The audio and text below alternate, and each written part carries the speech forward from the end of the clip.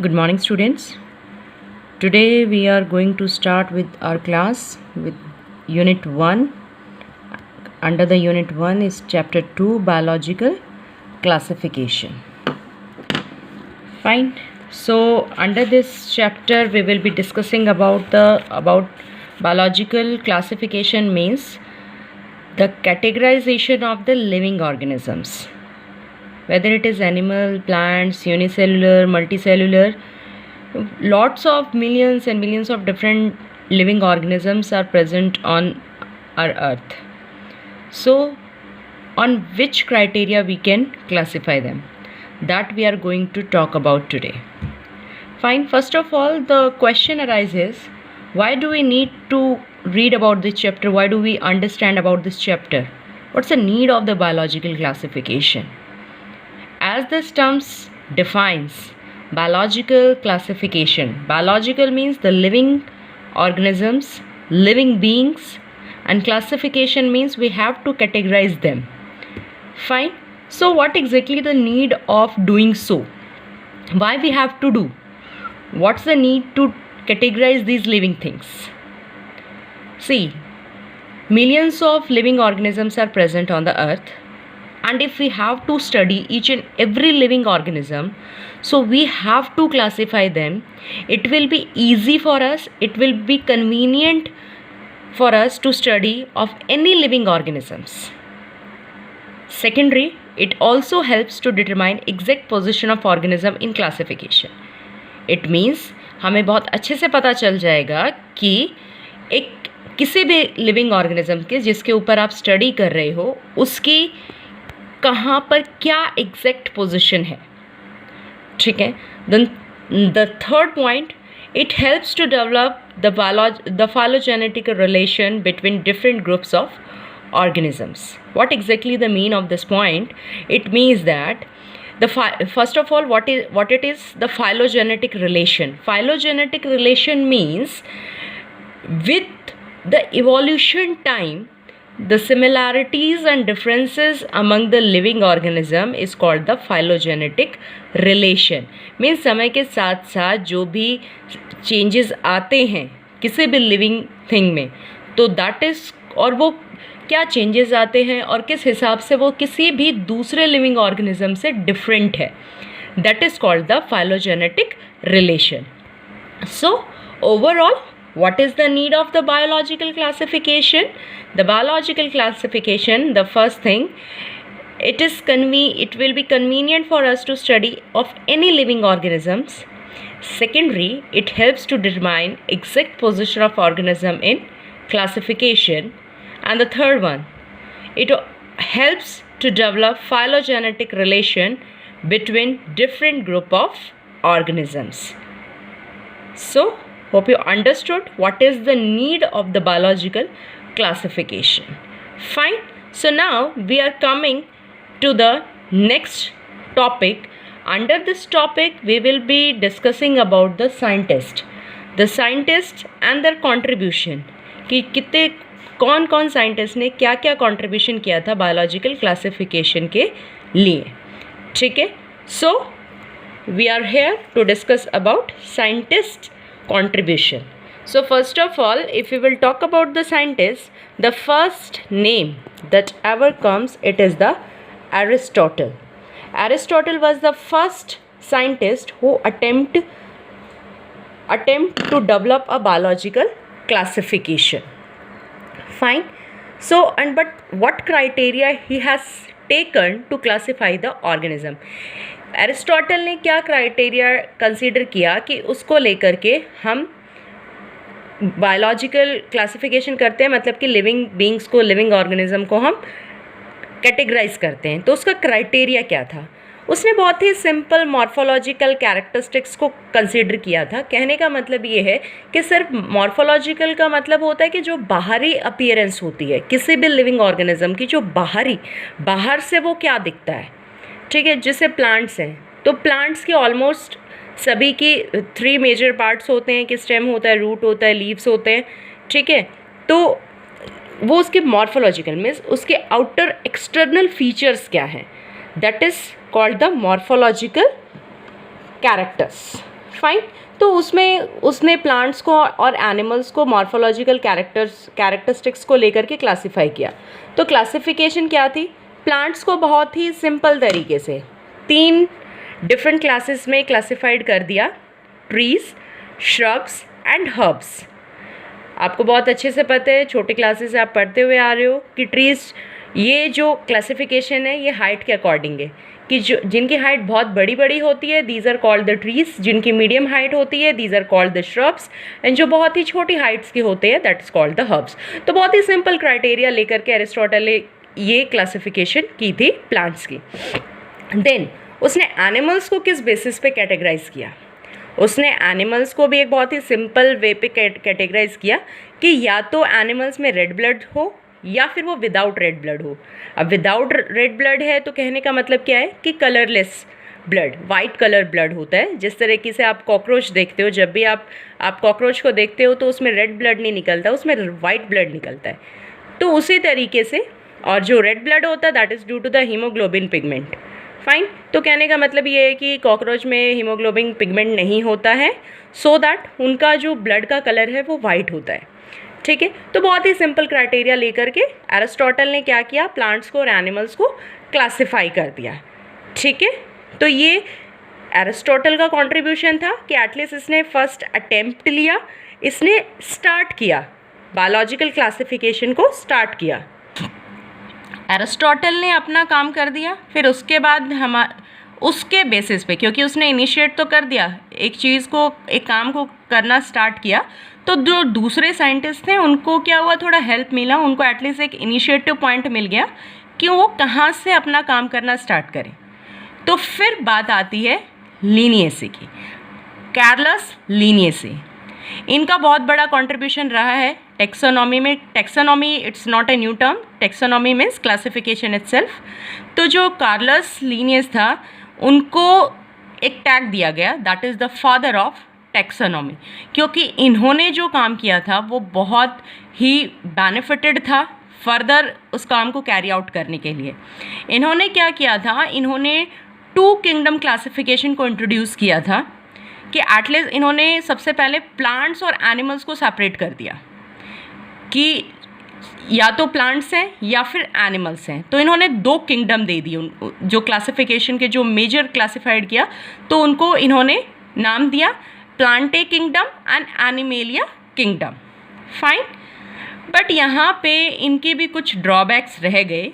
वो ड्रॉबैक्स क्या रह गए? ड्रॉबैक्स ये थे कि यहाँ पर उन्होंने भी बहुत ही सिंपल सा ही काम किया कि प्लांट और एनिमल्स को सिर्फ क्लासिफाइड किया, उनको सिर्फ डिफ्रेंशिएट किया। लेकिन अगर हम प्लांट्स और एनिमल्स के फर्दर उनके अंदर जो कैरेक्टरिस्टिक्स देखते हैं तो वहाँ पर बहुत सारे डिफरेंसेस आते हैं। फॉर एग्जांपल इनका हैबिटेट है, मोड ऑफ रिप्रोडक्शन है, मोड ऑफ न्यूट्रिशन है, इनकी बॉडी स्ट्रक्चर और ऑर्गेनाइजेशन है। तो ये सारी चीज़ें इसने कंसीडर नहीं की, सिर्फ और सिर्फ क्या किया कि प्लांट्स को सेपरेट कर दिया और एनिमल्स को सेपरेट कर दिया। तो यहाँ पे इनके क्या ड्रॉबैक्स रह गए थे? ड्रॉबैक्स ये रह गए थे कि इस सिस्टम में ये बहुत ही क्लियरली डिस्टिंग्विश नहीं कर पाए थे यूकैरियोट्स एंड प्रोकैरियोट्स को, यूनिसेलुलर एंड मल्टीसेलुलर को, फोटोसिंथेटिक ऑर्गेनिज्म और नॉन फोटोसिंथेटिक ऑर्गेनिजम्स। इन सारी चीज़ों को ये डिफ्रेंशिएट नहीं कर पाए थे। As you know that eukaryotes means the organism with the absence of cell wall, and prokaryotes means the organisms with the presence of cell wall. Unicellular, you know, single cell organism, and multicellular, you know, the organisms made up of more than one cell. These are called the multicellular organisms. Photosynthetic means they can prepare their own food, means they can carry out the photosynthesis process with the help of sunlight, carbon dioxide and chlorophyll present in the leaves. Non-photosynthetic organism means they cannot prepare their own food. तो यहाँ पे इन सब criterias को इन्होंने नहीं ध्यान में रखा, ये इस सारी चीज़ों को प्रॉपरली डिस्टिंग्विश नहीं कर पाए थे। सो यहाँ पर भी लेकिन जो ड्रॉबैक रहा, मेजर ड्रॉबैक ये रहा, प्लांट और एनिमल को तो क्लासिफाइड बहुत इजीली कर दिया, लेकिन फिर भी बहुत सारे ऑर्गेनिजम्स रह गए जो किसी भी कैटेगरी में नहीं आ रहे थे, जो ना तो प्लांट्स थे और ना ही एनिमल्स थे। अगर अभी करंटली एग्जाम्पल लेके चलें तो I think corona virus is the best example, because I think you have lot of information about the corona virus. You know that until unless it did not get the host cell, it is non-living, but as it is get the living cell, it start replicating. So you cannot say whether it is plant or it is animal kingdom. And you will be more surprised to know that कि virus जो है वो हमारे जो भी 5 kingdoms हम अभी भी करंटली पढ़ रहे हैं उसमें कहीं पर भी एग्जिस्ट नहीं करता है। हम उसको किसी भी कैटेगरी में नहीं रख सकते हैं, उनकी एक अलग ही क्लास है, that does not come under any of our kingdom. Fine, so ये सारी चीज़ें रही, ये सारे ड्रॉबैक्स रहे। तो इन्हीं सारे ड्रॉबैक्स को लेकर के आगे काम किया जो नेक्स्ट साइंटिस्ट ने, उन साइंटिस्ट का नाम है R.H. विटेकर, जिन्होंने अपना कंट्रीब्यूशन दिया था 1969 में। इन्होंने जो प्रपोज किया था, he propose the 5 kingdom classification, that classification currently we are using. Fine, and under that what he has done, he classified these in first kingdom is Monera, second one is Protista, third one is Fungi, fourth one is Plantae, and fifth one is Animalia. Fine, so these 5 kingdom classification is given by R.H. Whitaker in 1969. So what was the criteria he has followed? He followed the criteria of the thallus organization, mode of nutrition, mode of reproduction, and phylogenetic relationship. I have already told you about what exactly the phylogenetic relationship. This is the similarities and difference in the physical and genetic characters along with the evolution time. Fine, so these are the criteria are followed by R.H. Whitaker. So now we will be having a glance with the different kingdoms, what he has placed, which organisms he has placed under these 5 kingdoms. So first, if we will come to the Monera, the Monera is a solo bacteria group kingdom.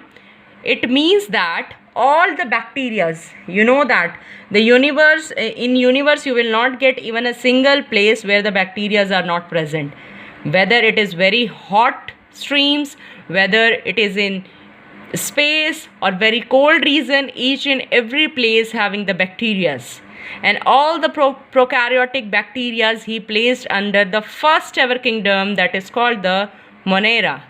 Fine, so Monera, under the Monera all the bacterias are placed. Fine, prokaryotic means the bacterias with the presence of cell wall. Fine, then the second kingdom is Protista. Under the Protista he placed all the unicellular eukaryotic organisms. Fine, eukaryotic means with the absence of cell wall, but keep in mind these are unicellular eukaryotic organisms are placed under the kingdom Protista. If I'll give the example, the Chlamydomonas, if you studied in your 9th standard about the Chlamydomonas. Fine, and then coming to the third kingdom, the third kingdom is Fungi. Fine, all the fungus, whichever fungus are present, different type of fungus, all the fungus are placed in the third kingdom, that is the Fungi. Fine, fungi mostly they are the synthetic, because they are depend on the other living organism for their food.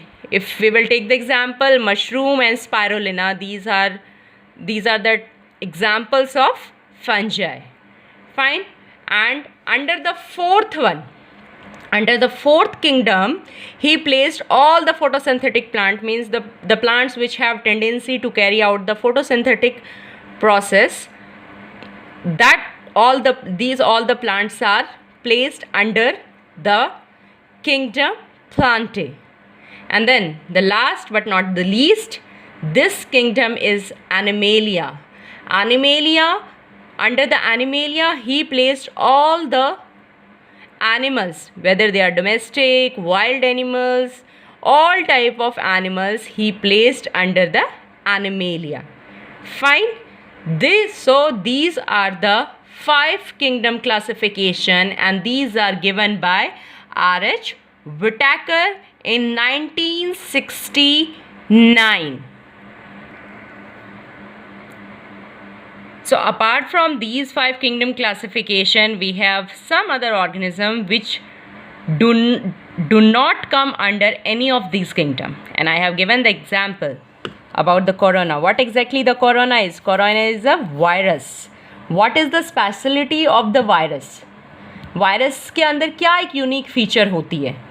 Virus के अंदर unique feature ये होती है कि जब तक उसके पास कोई होस्ट सेल नहीं है तो वो डिवाइड नहीं होता है, वो लिविंग नहीं होता है, वो नॉन लिविंग होता है.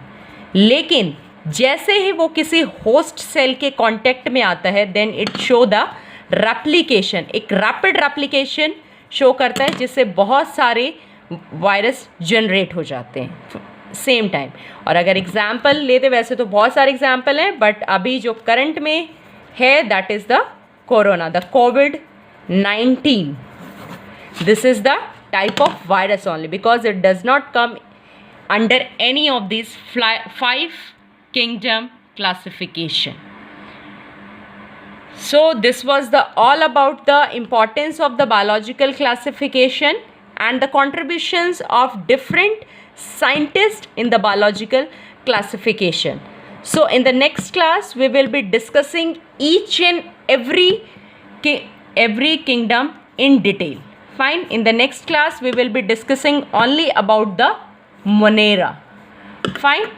So hope you understood the concept. If you have any query, you can let me know. Thank you so much. Have a good day.